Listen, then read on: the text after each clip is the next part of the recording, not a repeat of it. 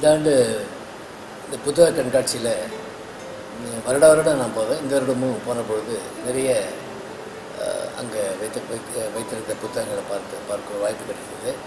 நிறைய பதிப்பகங்கள், ஊடகங்கள், நிறைய புத்தகங்கள் அங்கே விற்பனையாக கொண்டிருக்கின்றன.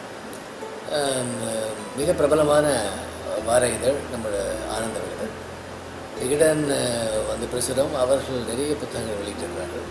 ஸோ அந்த இடத்திற்கு சென்ற பொழுது, அவர்களுடைய வைத்திருக்கக்கூடிய இடத்துக்கு சென்ற பொழுது, அதில் நான் விகடன் இயர் புக் என்பதை நான் பார்த்தேன். அது எனக்கு என்னை முதல் கவனத்தை ஈர்த்தது. ஏன்னா நானும் ஒரு தேர்வில் எழுதி தான் இந்த ஐபிஎஸ் அதிகாரியாக வந்தேன். அதனால் அப்போ தான் நாங்கள் இந்தியா இயர் புக்குன்னு ஒரு வருவோம். மலையாள மனோரமா ரொம்ப நாளாக அந்த ஒரு புத்தகத்தை கொடுத்துருந்தாங்க. அந்த வருடத்தில் இருக்கக்கூடிய நிகழ்வுகள், முக்கியமான குறிப்புகள், அப்புறம் சரித்திரம், புகழ் வாய்ந்த இடங்கள், அப்புறம் பூகோளம், ஜாகிரபியை பற்றி நிறைய விஷயங்கள் அதில் இருந்தது. அதில் இதில் முக்கியம் என்னென்னா, அது ஆத்தென்டிக்காக இருக்கும். அதில் இருக்கக்கூடிய விஷயங்கள் நம்பகத்தன்மை மிக மிக முக்கியம். ஸோ அந்த அளவுக்கு அந்த மலையாள மனோரமா இருந்தது. அதை நாங்கள் படித்திருக்கிறோம். அதே மாதிரி விஸ்டம்னு ஒரு சின்ன புத்தகம் தான். அதில் இந்த பொது அறிவு பற்றி நிறைய விஷயங்கள் அதில் வரும். ஸோ அந்த புத்தகத்தை நான் படித்திருக்கிறேன். நான் என்னுடைய மாணவர் பருவத்தில். இப்போது இந்த விகடன் இயர் புக்கை பார்த்த பொழுது எனக்கு உடனே என்னுடைய கவனத்தை ஈர்த்தது. அது என்ன, அந்த புத்தகத்தை பார்த்தேன். இப்பொழுது தான் அது தெரிய வந்தது, முதல் முறையாக அதை வெளியிடுகிறார்கள் என்று. இதில் ஒரு சிறப்பு நான் பார்த்தது எப்படின்னா, வெறுமனே நம்ம இருக்கக்கூடிய தகவல்களை கொடுக்காம அந்த தகவல்களை ஒரு கட்டுரை மூலமாக கொடுத்துருக்கிறாங்க. அது மிக மிக முக்கியம். அதில் அந்த கட்டுரையாளர்களும் ஒரு நிபுணர்கள், அந்தந்த துறையில் இருக்கக்கூடிய நிபுணர்கள், அவர்களை வைத்து இந்த கட்டுரைகள் கொடுக்கப்பட்டிருக்கின்றன. இப்போ பூகோளத்தை பற்றி ஒரு பெரிய கட்டுரை இருக்கிறது. ஸோ அந்த கட்டுரையிலையும் படங்களும் போட்டு நமக்கு விரிவாக அது கொடுக்கப்பட்டிருக்கிறது. அதுக்கு நல்ல ஒரு யூஸ்ஃபுல்லாக இருக்குது.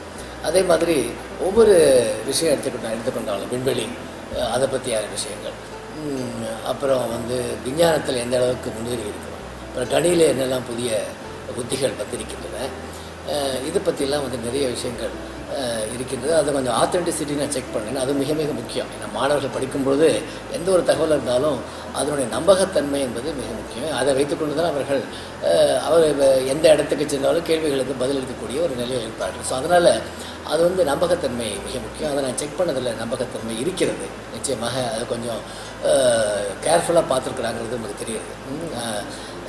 அதை தவிர இதை எவ்வாறு இந்த தேர்வுகளை எதிர்கொள்வது, ஏன்னா இப்போ ஒரு படிப்பு ஒரு பக்கம், அப்புறம் நம்ம வேறு நிறைய காம்படிஷன் வருது. சாதாரண இப்போ கல்ச்சுரல் ஷோன்னு வரும்போது கூட கல்லூரிகளிலும் பள்ளிகளிலும் அந்த பள்ளிகள் சார்பாக இவர்கள் பங்கு கொள்கிறார்கள். ஸோ அந்த கல்ச்சுரல் அந்த மாதிரி ஷோலையும் இப்போ குவிஸுங்கிறது வருது. அது கேள்வி பதில் என்ற ஒரு செஷன் இருக்குது.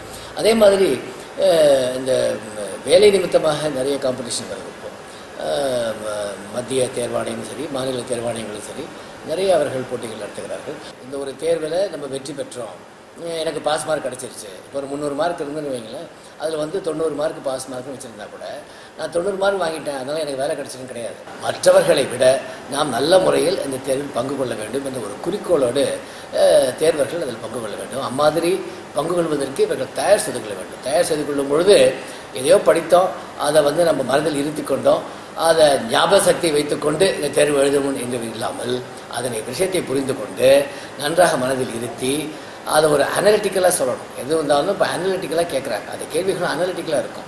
ஸோ அப்போ சிந்திக்க வைக்கக்கூடிய ஒரு கேள்விகளாக இருக்கும். அதை சிந்தனை செய்து நாம் பதிலளிக்க வேண்டும். அதனால் இது மாதிரியான புத்தகங்கள் நிச்சயமாக உங்களுக்கு உதவி செய்யும் என்பதில் எல்லாரும் சந்தேகம் இல்லை.